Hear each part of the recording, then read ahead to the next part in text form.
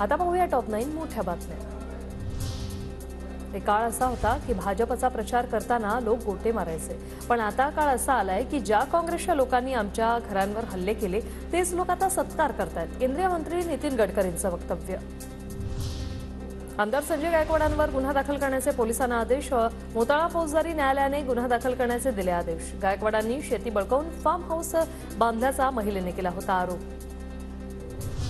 शिंदे गटाचे कल्याण शहराध्यक्ष महेश गायकवाड यांना 3 आठवड्यांनी रुग्णालयातून डिस्चार्ज। आमदार गणपत गायकवाडांवर कठोर कारवाई करा, महेश गायकवाडांच्या पत्नी सारिका गायकवाड यांची मागणी। लासलगावसह नाशिक जिल्ह्यातील 15 बाजार समित्या आज बंद। 20 ते 25 कोटींची उलाढाल ठप्प। कांदा निर्यात बंदी हटवण्याची स्वाभिमानीची मागणी। राज्यातल्या प्रत्येक शाळा, महाविद्यालय आणि सरकारी कार्यालयात राज्यगीत वाजवण्याबाबत शासनाने आदेश जारी करावा।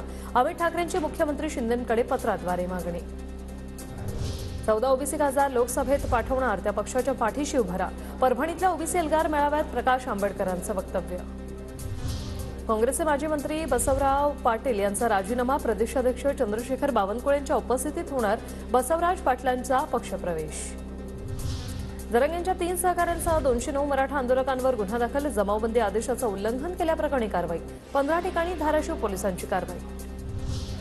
पद्मश्री पुरस्काराने सन्मानित सुप्रसिद्ध गझल गायक पंकज उधास काळाच्या पडद्याआड। दीर्घ आजाराने वयाच्या 72व्या वर्षी प्राणज्योत मालवली।